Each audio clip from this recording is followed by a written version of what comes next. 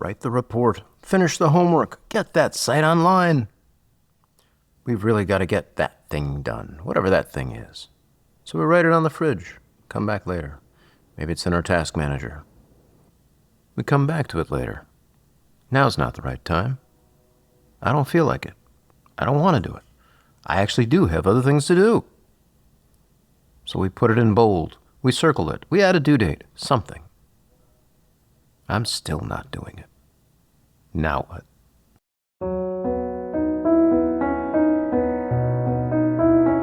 Welcome to the Rhythms of Focus podcast for wandering minds who are tired of feeling that they have to force themselves to make things happen. Maybe know that when things line up well, that tendency to wander actually becomes a powerful wave of focus. I'm Dr. Kourosh Dini, fellow wandering mind. It wasn't that long ago that I struggled to make things happen, whether it was to remember when to pay a bill, do things over time, or look at a list without feeling repulsed. Fast forward through years of study and practice, I can now not only deal with the world, I can be creative, playful, and engage in the ways that make sense to me. I can be a doctor, musician, father, still play games in the evenings. I've created this podcast to share these ideas so you can do the same, hopefully with a lot less of the troubles I needed to go through to get here. Whether you have ADHD, deal with anxiety, or just suffer from a powerfully creative spirit, I invite you to join me in this weekly podcast to start finding your own way to a calmer, more intuitive space. Please note, I'm not functioning as your doctor, psychiatrist, psychoanalyst, therapist, or otherwise. This is here for education, if not entertainment, and I do hope you enjoy it.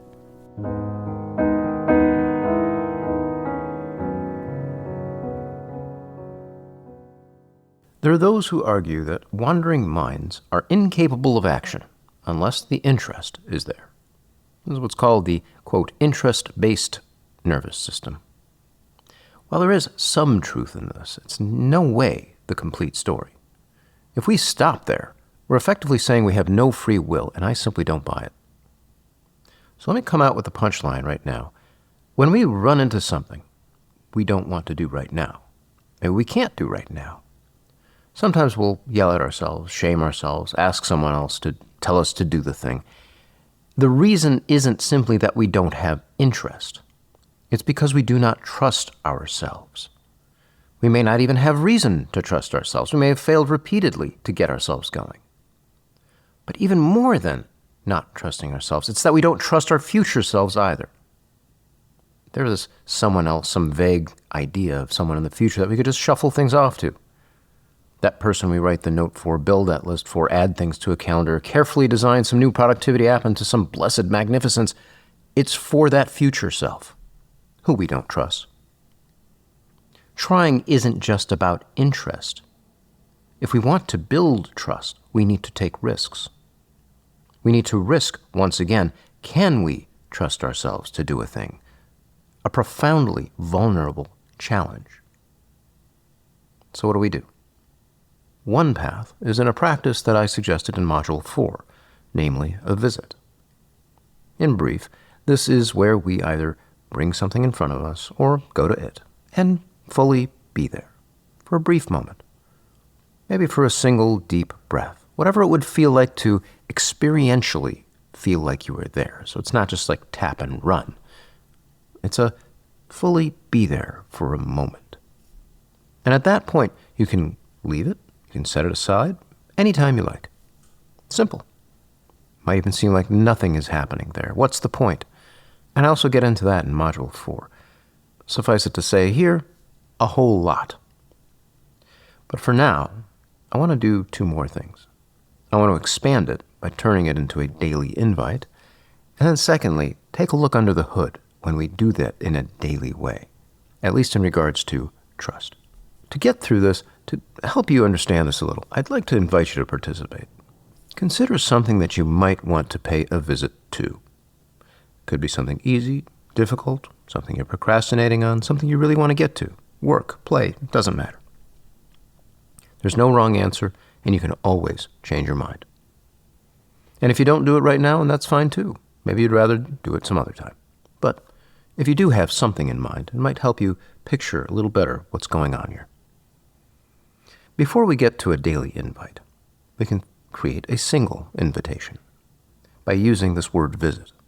For example, if I were to choose writing a report, I might say, visit the report. This is how I might word my tasks. I use that word invitation very deliberately. What it does is it starts to help connect ourselves through time. We create this invitation for our future selves. We receive it from our past selves. We think about it, consider it with our present self. All this seems obvious, I'm sure, but what may not be so obvious is the support of the vital relationships between these selves when we create an invitation. Relationships are built on a foundation of trust. Anything exists in our heads based on trust. Even knowledge is not just a thing in our head. It's a thing we relate to and therefore stands on the foundation of trust. An idea forms as we sense it to continue existing as it has been such that it might be relied on. That is trust. That trust formed, developed, pruned in the ecology of our minds, in the context of our worlds. That is knowledge. All right, I've wandered off the path a little. Back to what I'm talking about. This idea of the daily invite and how it helps us build trust between these selves. The trust in these relationships between past, present, and future are often injured. When we write a task, like write the report, we have hopes, desires, anxieties, and the like that play out in our thoughts for our future self.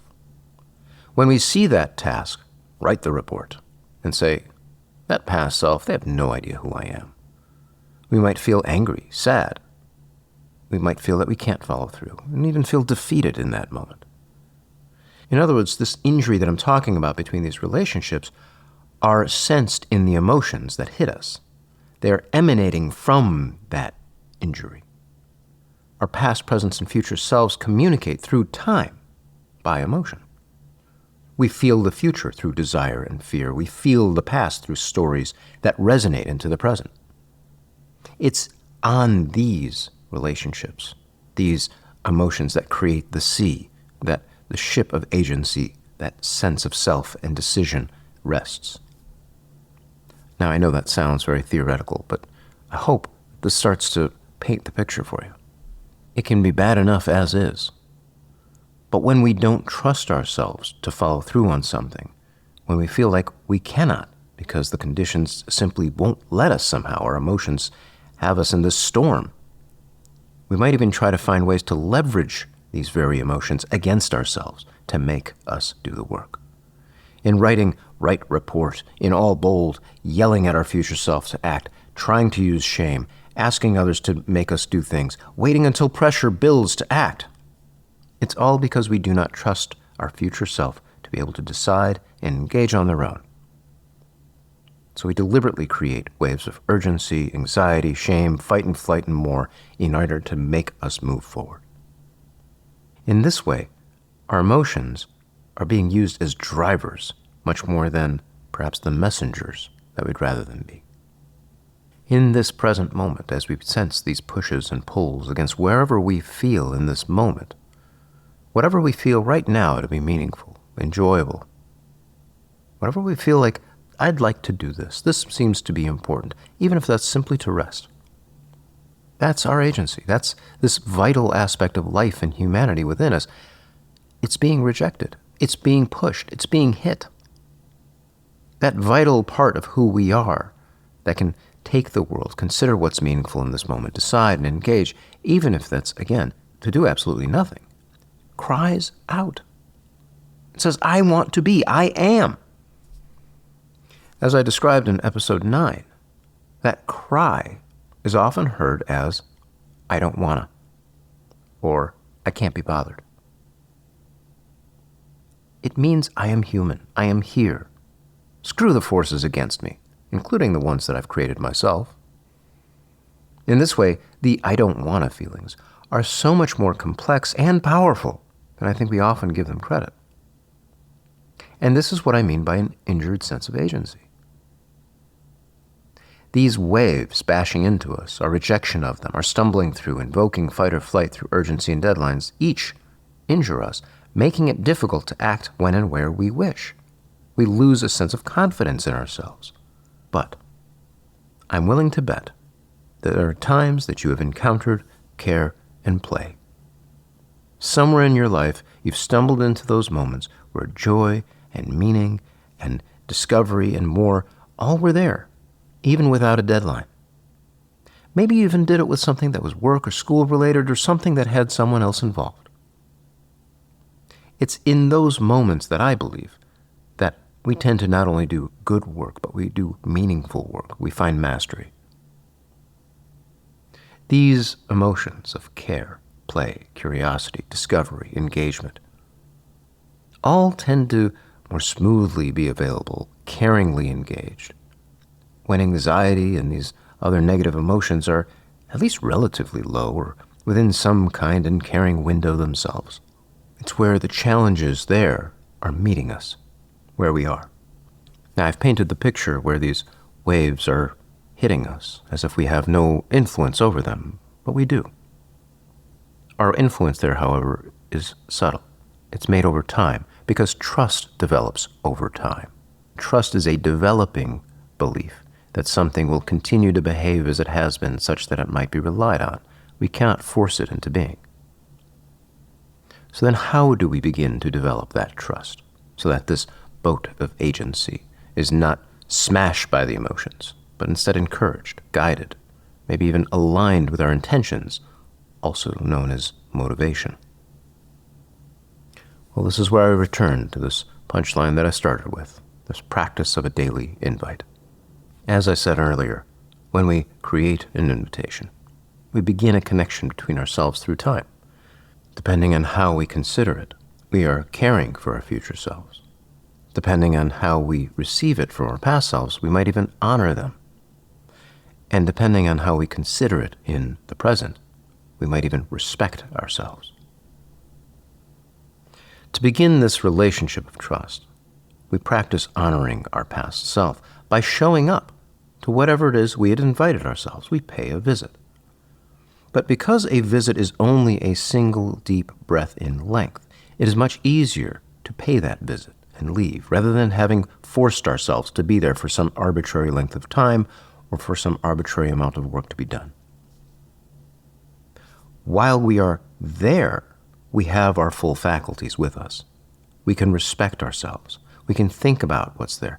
We might decide to nudge it forward. Maybe we nudge it forward again, and it'll become a flow. Or not at all.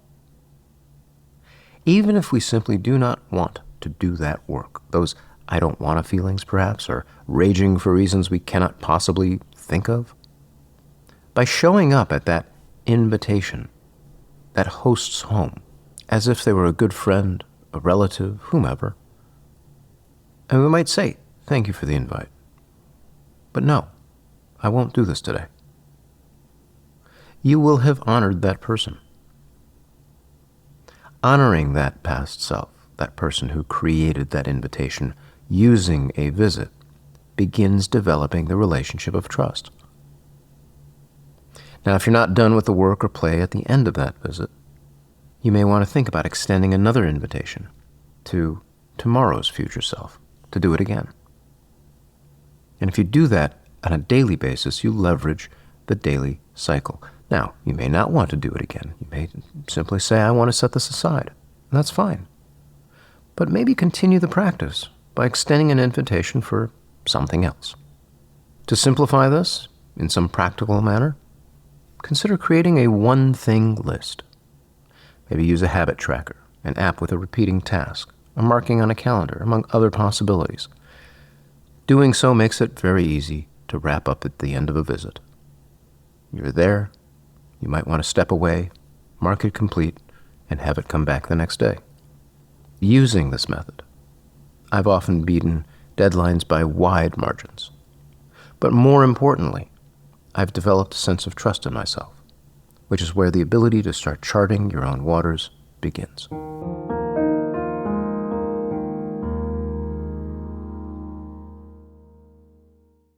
A daily invite and its practice can carve mountains.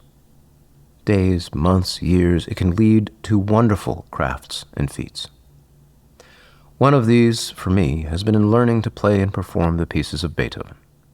I've played what's popularly known as the Moonlight Sonata, specifically the first movement of Sonata No. 14, for many years now. I continue to improve on it, I continue to make mistakes, I continue to remaster it. It's a lovely work that I've yet to tire of decades later. This is one of my performances of that lovely first movement. I hope you enjoy it.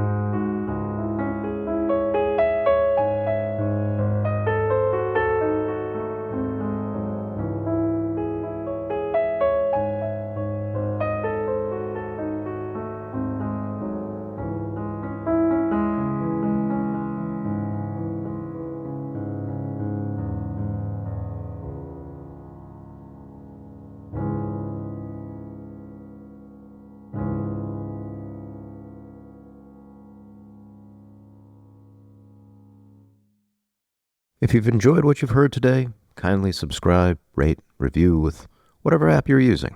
If you're on the Apples, press the Apple buttons. If you're on the Spotifys, press the spots. If you're on the YouTubes, press those things, whatever the things. And if you're feeling especially generous, consider leaving a review. Maybe mention your favorite piano piece or just say hi. Your support helps more wandering minds find this podcast.